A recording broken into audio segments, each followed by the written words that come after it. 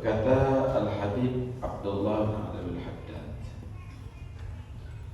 man lam yadfa, orang yang tidak bisa mencegah anhu darinya, al-faqra, perasaan kekurangan atau kefakiran, qalilul mal, sedikit harta, karena nggak ada dalam hatinya sifat qanaah, sifat terima. Lam yuhassil lahu ghina, maka tidak mungkin dia mendapatkan rasa puas, rasa punya hati yang kaya. Kathirun, banyaknya harta. Sedikit harta tidak mencukupi dia, maka jangan berharap banyaknya harta akan menjadi merasa cukup dia. Kadalik, demikian juga man lam yantafi' bi ghairil ilmi, siapa orang tidak bisa mengambil manfaat daripada sedikit ilmu, nggak bisa mengamalkan ilmu sedikit aja, nggak bisa mengamalkan, fahuwa dan intifa' bi kathirihi ab'ad, maka dia untuk bisa memanfaatkan banyaknya ilmu lebih jauh lagi. Nah, dua hal di sini. Harta itu diibaratkan ilmu oleh Allah.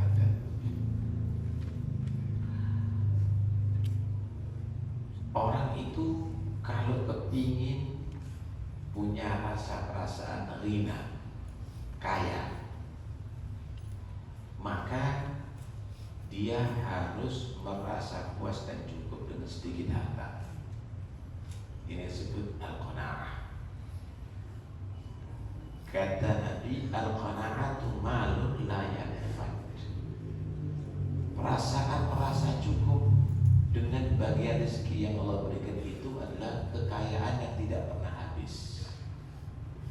Kekayaan yang tidak pernah habis.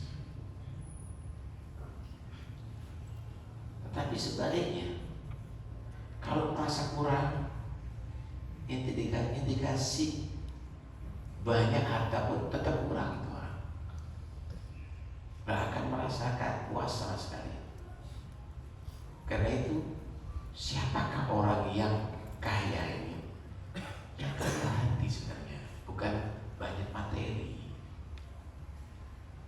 Nabi bersabda, laisa ghina bi kathratil ardi, innamal ghina ghina nafsi. Bukanlah kekayaan itu banyaknya materi,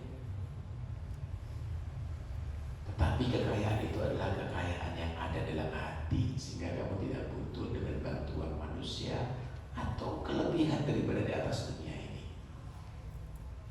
Masya Allah.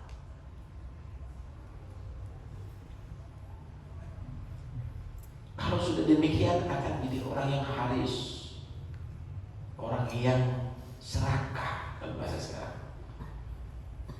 Nggak ada puas-puasnya dunia ini. Sehingga dikatakan al-haris al-dunya kasyaribi ma'il bahar, kullama izdada syurban izdada absyar. Orang yang serakah dalam kehidupan dunia ini seperti orang yang ketika haus minum air laut. Semakin banyak minum, semakin dia tambah haus. Nggak menghilangkan dahaga. Semakin banyak harta, semakin banyak urusan. Punya rumah kecil, dapat rezeki. Punya rumah besar, hutangnya tambah besar. Lunas, beli lagi transaksi. Villa, hutangnya tambah besar. Terus begitu. Dan Nabi gambarkan itu. Kata Nabi, "Daukana libni Adam wadiyani min dhahab labtagha thalithan wala yamlaku jawfa ibni Adam illa turab wa yatubullahu ala man tab." Seandainya manusia itu mempunyai dua lembah, wadi itu ma baina jabalain, gunung-gunung, antara dua gunung. Kalau bahasa sekarang jurang ya, atau lembah. Dahab isinya emas semuanya, atau berapa juta ton. Bukan hanya satu, dua dia dapat. Labtagha thalithan, dia akan cari lembah yang ketiga. Kalau perlu menguasai bumi, kepingin menguasai langit. Wala yamla'u jawfa ibni Adam illa turab. Tidak ada yang bisa memenuhi isi manusia kalau perut yang ada ini diisi dengan makanan mungkin bisa dipenuhi. Tapi kalau untuk harta, untuk dunia, nggak akan bisa penuhi illa turab kubur, kecuali tanah kuburan nantinya. Wa yatubullahu ala man tab, dan Allah masih menerima tobat orang yang kembali bertobat kepada Allah Subhanahu wa ta'ala. Ini gambaran begitu memang manusia. Nggak ada istirahatnya. Cari pribadi ini. Kalau orang itu adalah tidak mensyukuri atau tidak punya sifat guna ada, akan bisa istirahat dia. Padahal sebenarnya kalau dia menerima seadanya, enak, nggak berpikiran, tidur di atas papan ngorok, tanpa AC. Walaupun dia tadi itu mancau, dia bisa menikmati. Kenapa? Pikiran tenang. Tapi ketika dia banyak urusan, kasurnya empuk, ruang AC-nya dingin, nggak bisa tidur. Mobilnya Mercy, tapi mikir bayarnya gimana nih? Begitulah manusia kalau dia tadi tidak punya sifat qanaah, merasa menerima dengan bagian rezeki yang Allah beri, yang Allah berikan.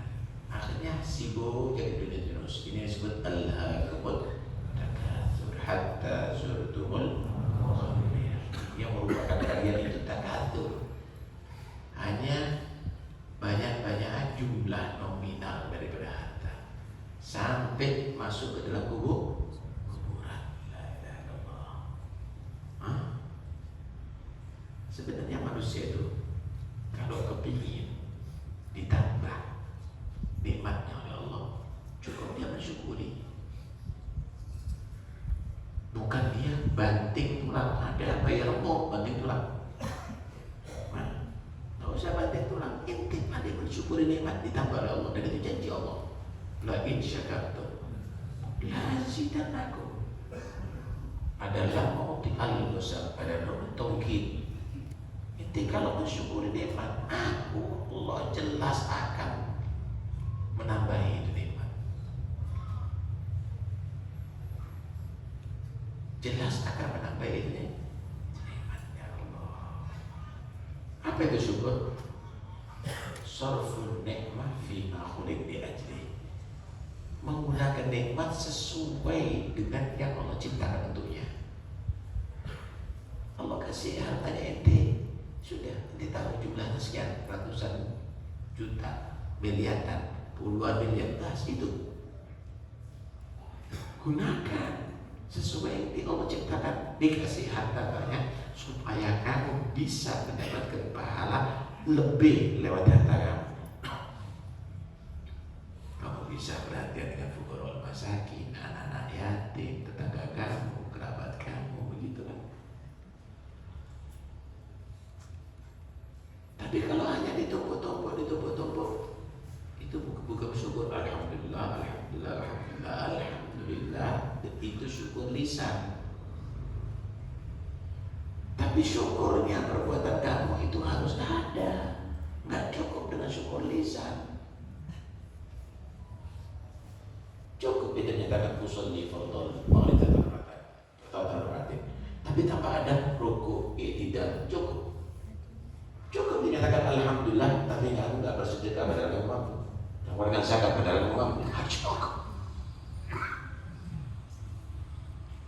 Nggak cukup.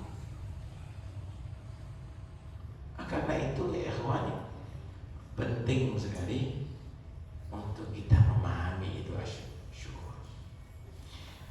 Tahukah Anda, kalau sudah manusia itu tercukupi kehidupannya untuk hari itu kenikmatan yang luar biasa. Man asbaha mu'afan fi jismi, aminan fi sirbi,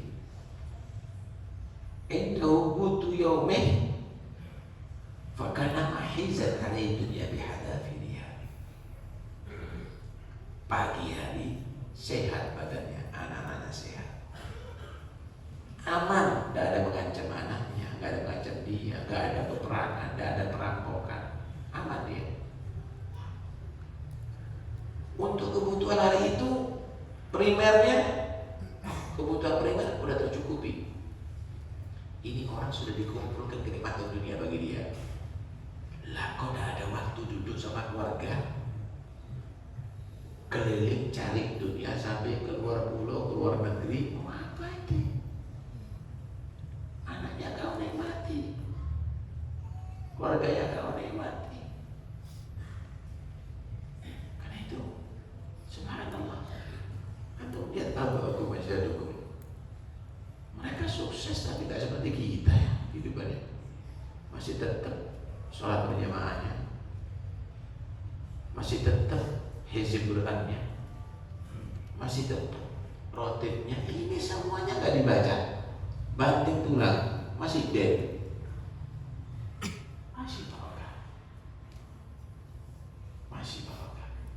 Yang kita nikmati sampai sekarang ini rumah peninggalan orang tua kita, padahal kerjanya biasa.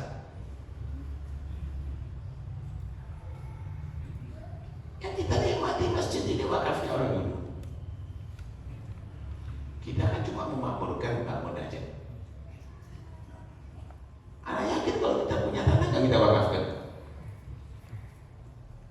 kita beli lagi, kita beli tanah lagi, terus begitu sampai masuk tanah kuburan. Karena itu kok lebih berkaya, nggak lebih hebat, lebih sukses, padahal kerjaan seadanya. Kadang-kadang nggak bisa ngitung mereka. Inilah syukur yang akhirnya jadi sebab mereka dikasih berkah dalam kerjanya tadi itu. Masya Allah. Begitu juga ilmu. Sedikit ilmu tidak bisa memanfaatkan, nggak bisa ngamalkan. Apalagi banyaknya ilmu, tambah lagi.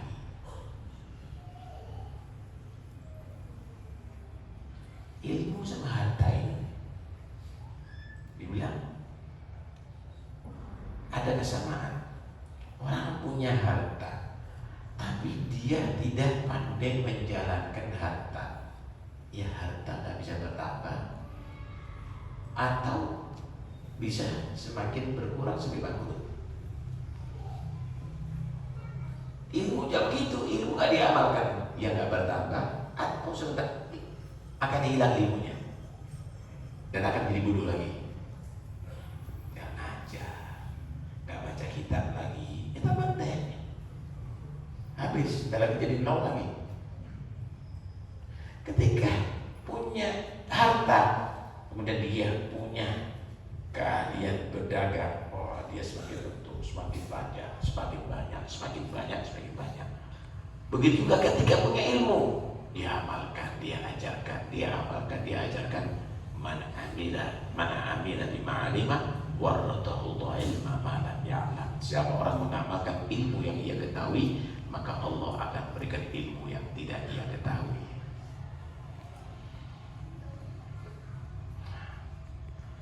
Sebagaimana harta itu akan bertambah dengan syukur, nikmat itu akan bertambah dengan syukur, maka ilmu akan bertambah dengan mengamalkan ilmu.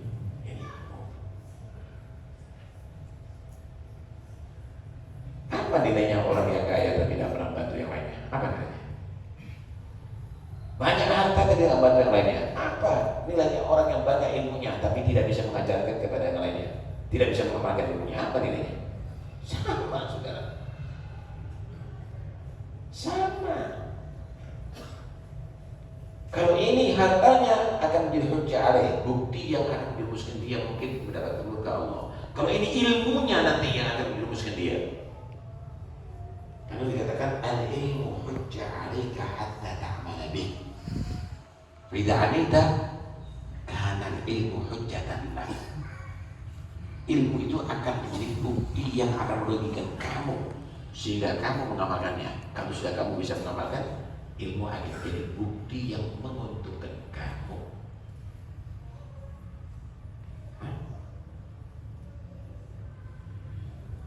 Nabi menyatakan man izdada ilman wa lam yazdad hudan lam yazdad minallahi illa hudan. Siapa orang tambah ilmunya, kok nggak tahu benar akhlaknya, perbuatannya. Dengan ditambah ilmunya, berarti tambah jauh dari Allah Subhanahu wa Ta'ala. Belum.